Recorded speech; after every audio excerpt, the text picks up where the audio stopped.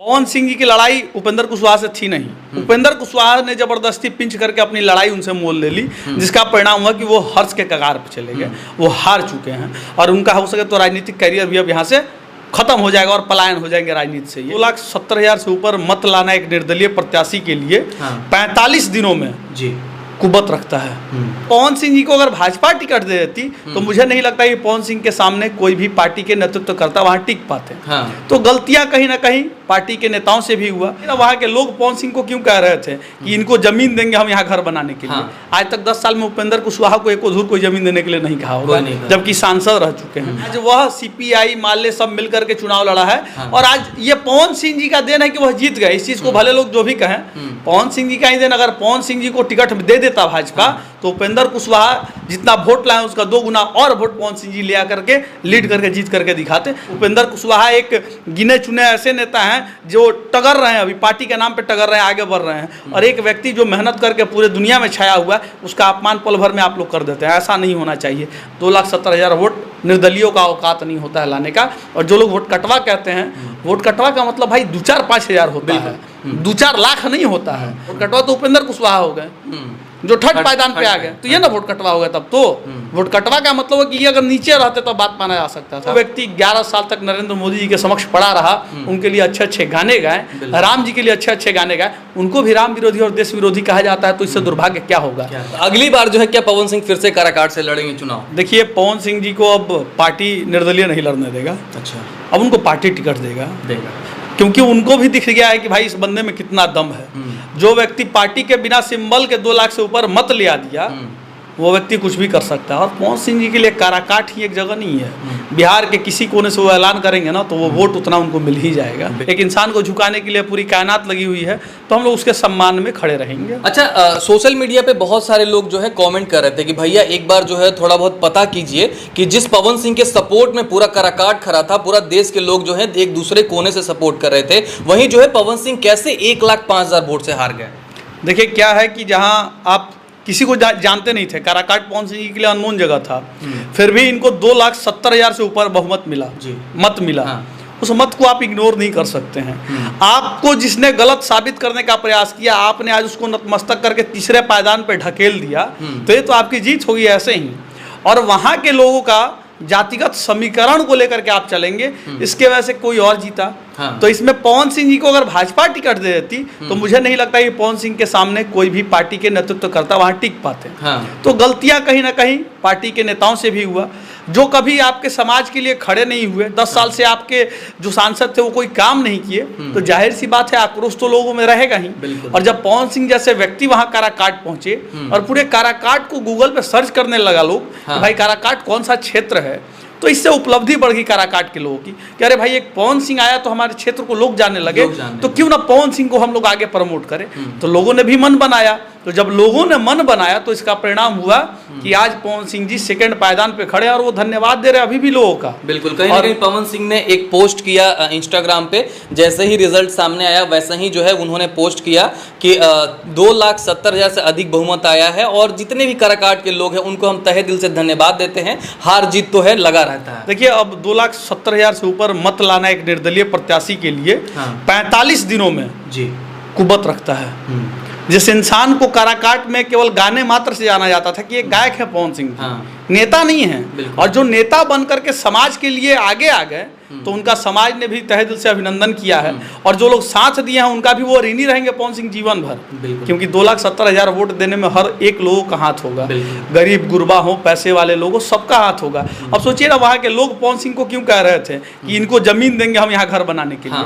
आज तक 10 साल में उपेंद्र कुशवाहा को एक धूर कोई जमीन देने के लिए नहीं कहा होगा, जबकि सांसद रह चुके हैं और कुशवाहा समाज से आते हैं। तो यहाँ जात पात की राजनीति से ऊपर उठना पड़ेगा। पवन सिंह जी को भी बहुत लोग टारगेट कर रहे हैं कि राजपूत राजपूत। अरे भाई, वो एको बार जुबान से नहीं कहते हैं अपने कि हम भाई चुनाव लड़ने आए तो हम राजपूत हैं, हमको राजपूत बन के वोट दीजिए। वो तो बोले कि हम सबके बेटे हैं, हमको सबको ही वोट दीजिए। तो भाई सोचिए कम से कम क्या ये ऐसा हुआ कि पवन सिंह और उपेंद्र कुशवाहा एक दूसरे में लड़ गए, बाकी जो है राजाराम इसीलिए आगे निकल गए। वो पवन सिंह जी की लड़ाई उपेंद्र कुशवाहा से थी नहीं। उपेंद्र कुशवाहा ने जबरदस्ती पिंच करके अपनी लड़ाई उनसे मोल ले ली, जिसका परिणाम हुआ कि वो हर्ष के कगार पर चले गए। वो हार चुके हैं और उनका हो सके तो राजनीतिक करियर भी अब यहाँ से खत्म हो जाएगा और पलायन हो जाएंगे राजनीति से ये। बिल्कुल, क्योंकि अब इतने बड़े बहुमत से आप जीतते आ रहे थे मोदी जी के नाम पे, आपको जो 2 लाख वोट भी मिला वो नरेंद्र मोदी जी के नाम पे मिला है, आपको अपने कार्य पे नहीं मिला है। इसलिए अहम मत पालिए कि हम एक सांसद प्रतिनिधि हैं, हम जो चाहेंगे वही होगा, ऐसा नहीं है। मोदी जी के नाम पे आपको उतना 2 लाख वोट मिल गया। बिल्कुल, कहीं ना कहीं चुनाव से पहले मोदी जी आए, अमित शाह आए, और चुनाव के आखिरी टाइम में चिराग पासवान, बहुत सारे लोगों ने कैंपेन, उसी का देन है कि 2 लाख वोट वो ले आए हैं। नहीं तो उनका अपना स्टैंड, अगर मैं कह देना चाहता हूं, जो भी क्षेत्र के प्रत्याशी हैं वाकई में अगर कहते हैं कि सामने वाला निर्दलीय में कोई औकात नहीं है, तो आप पार्टी को छोड़ करके उसके सामने निर्दलीय लड़के दिखाइए, दूध का दूध और पानी का पानी हो जाए। जितने भी प्रत्याशी हैं जो अपने आप को तिस्मार खान समझते हैं, सोचते हैं कि मैं खड़ा हो जाऊंगा तो मैं जीत जाऊंगा, तो आप वैसे निर्दलीय प्रत्याशी के सामने समक्ष खड़े होकर के दिखाइए, निर्दलीय तौर पर, पार्टी के तौर पर। और जो है यही राजा राम एक बार जो है निर्दलीय चुनाव लड़े थे, तो उस समय इनको 40,000 भी वोट नहीं आया था। अब आप समझ गए ना, निर्दलीय लड़े थे तब 40,000 वोट नहीं आ पाया था। और आज वह CPI माले सब मिलकर के चुनाव लड़ा है। और आज ये पवन सिंह जी का देन है कि वह जीत गए। इस चीज को भले लोग जो भी कहें, पवन सिंह जी का ही देन। अगर पवन सिंह जी को टिकट दे देता भाजपा, तो उपेंद्र कुशवाहा जितना वोट लाए उसका 2 गुना और वोट पवन सिंह जी ले आकर के लीड करके जीत करके दिखाते। तो कहीं कहीं पार्टी से भी गलती होती है कि हारे हुए जो व्यक्ति जीत करके भी हार गए हैं, समाज का काम नहीं करेंगे तो आप हारे हुए व्यक्ति हैं। तो वैसे लोग को हम प्रमोट कर रहे हैं तो दिक्कत है। आप लोग चयन करिए कि योग्य उम्मीदवार कौन है, जात पात से ऊपर उठ के योग्य उम्मीदवार का साथ दीजिए। मुझे नहीं लगता है अगर भाजपा ऐसे ऐसे कलाकारों को या योद्धाओं को, IPSओं को टिकट दे। अब सोचिए कि अन्ना मलाई जैसे व्यक्ति हार जाते हैं और अमृतपाल जैसा व्यक्ति जेल में रह करके 1,70,000 वोट से जीत जाता है। ये दुर्भाग्य है। कहीं ना कहीं कुछ सोचने का विचार करना पड़ेगा हम सभी को। ये केवल सोचेंगे टैग मार के हम मोदी के नाम पे जीत जाएंगे, तो ऐसा नहीं होगा, मेहनत करना पड़ेगा। सोशल मीडिया पे भैया 1-2 और खबर चल रहा है कि पवन सिंह के वजह से भी बीजेपी का 2-3 सीट और गड़बड़ाया है। ये भैया, तो जब ये बात आप अभी सोच रहे हैं तो ये बात पहले सोच लेते हैं। ऐसा नहीं है, गलत किसी के ऊपर लालछन नहीं लगाना चाहिए। पवन सिंह जी ये तो नहीं कहें कि आरा से हम हैं तो आरा का सीट हरवा दीजिए। पवन सिंह जी ये तो नहीं कहें कि हम यहाँ से नहीं लड़ रहे हैं तो यहाँ सीट हरवा दीजिए। वो अपने बारे में रख रहे हैं कि मैं काराकाट से लड़ रहा हूँ, काराकाट का बेटा बनकर के काराकाट का विकास करूंगा।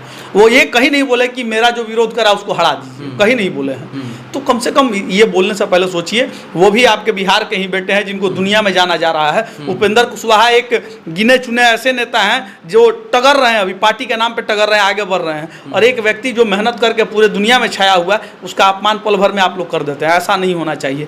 जीत हार, मीडिया पे लोग ये भी लिख रहे थे कि पवन सिंह ने अपना तो सीट खोया ही खोया वहां से, और साथ में आरा, बक्सर, ये सभी जगहों पे जो है। देखिए, जीत हार एक अलग विषय है। पवन सिंह जी का अपमान आप कर सकते हैं, आसानी है। पवन सिंह जी हमारे घर के व्यक्ति नहीं है और ना ही हम उनके जात के हैं। लोग जात भी जोड़ता है बहुत आजकल। हम लोग जातिवाद भी नहीं है, उनके जात के भी नहीं है, लेकिन फिर भी समर्थन इसलिए है कि भाई योग्य उम्मीदवार है, मेहनत कर रहा है और नया उम्मीदवार है तो कुछ तो अच्छा करेगा।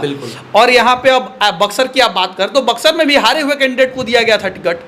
भाजपा के प्रत्याशी हैं वो, लेकिन जो अपने ही विधानसभा से हार गए गोपालगंज से, और उनको आप सांसद का टिकट दे देंगे तो आपको लगता है क्या कि वो जीत पाएंगे? जब आप विधानसभा क्लियर नहीं कर पाए हैं तो आप क्या बक्सर लोकसभा क्लियर कर पाएंगे? ऊपर से आप बक्सर के प्रतिनिधित्व करता बाहरी हैं, वहाँ के हैं भी नहीं आप। तो ये असर पड़ता है। मार्केट में लोग समझते हैं कि हमारा विकास कैसे होगा, और एक IPS अपने दमखम पे वहाँ लड़ाई लड़ रहे थे जिनके पीछे कोई नहीं था, आनंद मिश्रा जी। तो ये कहना गलत है कि पवन सिंह जी के वजह से हार हुआ है। पवन सिंह जी अपने सीट पे मेहनत कर रहे थे, जिसका परिणाम आपको दिखा है। 2,70,000 वोट निर्दलीयों का औकात नहीं होता है लाने का। और जो लोग वोट कटवा कहते हैं, वोट कटवा का मतलब भाई 2-4-5 हज़ार होता है, 2-4 लाख नहीं होता है। तो वोट कटवा का परसेंट आप उस व्यक्ति से नहीं जो रनिंग फेज में 2nd पोजीशन पे है। वोट कटवा तो उपेंद्र कुशवाहा हो गए जो 3rd पायदान पे आ गए, तो ये ना वोट कटवा हो गया। तब तो वोट कटवा का मतलब है कि ये अगर नीचे रहते तो बात माना जा सकता था। हम लोग भी कयास लगाए हुए थे कि पवन सिंह जी जीतेंगे, कयास हम लोग का था, लेकिन मन में भी ये चल रहा था कि लोग कहीं जात को देख करके प्रमोट ना करने लग जाएं, तो वहाँ जातिगत समीकरण लेकर के लोग जो है ऐसा हुआ भी। हाँ, वहाँ जातिगत समीकरण है। 4 लाख 4.5 लाख के करीब में कुशवाहा समाज है वहाँ पे, तो वो लोग वोट परसेंट अपने समाज के व्यक्ति को देंगे। देखिए, पार्टी के अनुसार से लोग सोचते हैं ना कि हिंदुत्ववादी मोदी करते हैं केवल, लेकिन वहाँ तुरंत में जात आ जाता है जब कैंडिडेट को उतारा जाता है। इस चीज़ को मानना पड़ेगा। प्रतिनिधित्व करता नरेंद्र मोदी जी के जितने भी हैं उनको भी ये चीज़ मानना पड़ेगा। और कहीं ना कहीं पवन सिंह जो है दूसरे स्थान पे आने के बाद भी जो है काराकाट के लोगों के बीच जो है एक बार जो है धन्यवाद यात्रा निकालना। देखिए, मुझे तो ऐसा लग रहा है कि काराकाट के सुख दुख में साथी भी रहेंगे वो, लेकिन जो व्यक्ति आज हार गए हैं, क्या ये दुख सुख के साथी रहेंगे आने वाले समय में?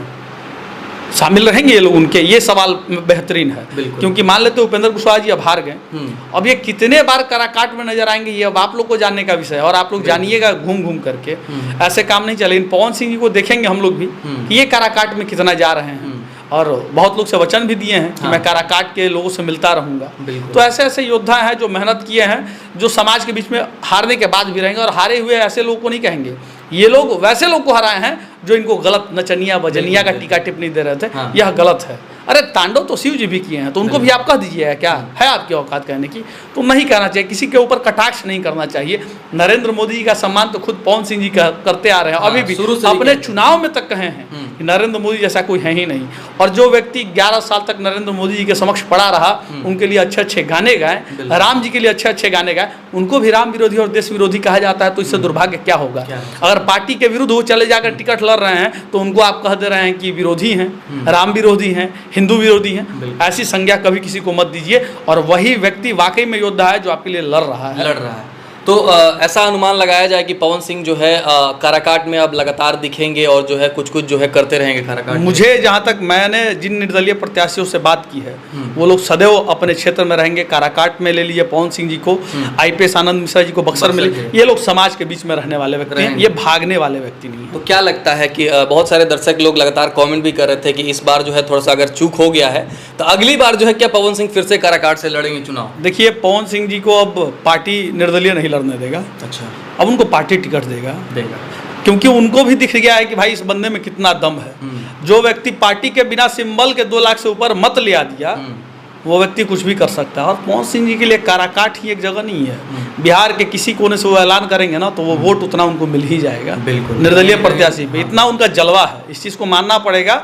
जिस प्रकार से पूरे भारत में नरेंद्र मोदी छाए हुए हैं, उसी प्रकार से बिहार में हमारे पवन सिंह का भी जलवा है। इस बात को कोई इग्नोर नहीं कर सकता है। और कहीं ना कहीं जो है अपोजिशन वाले जितने बार भी कहे थे कि ये लफड़ा लोग हैं, सेल्फी लेने वाला भीड़ है, तो कहीं ना कहीं ये सेल्फी लेने वाला भीड़ ही जो है आज 2,70,000 पार करवाया। एक बात बताइए, लफुआ लोग जब बुरेठा बांधता है तो उसको देहाती कहते हैं, चाहे वो भगवा गमछा बांधे चाहे हरियर गमछा बांधे, लेकिन युवा ही सब चीज़ को परिवर्तन करता है।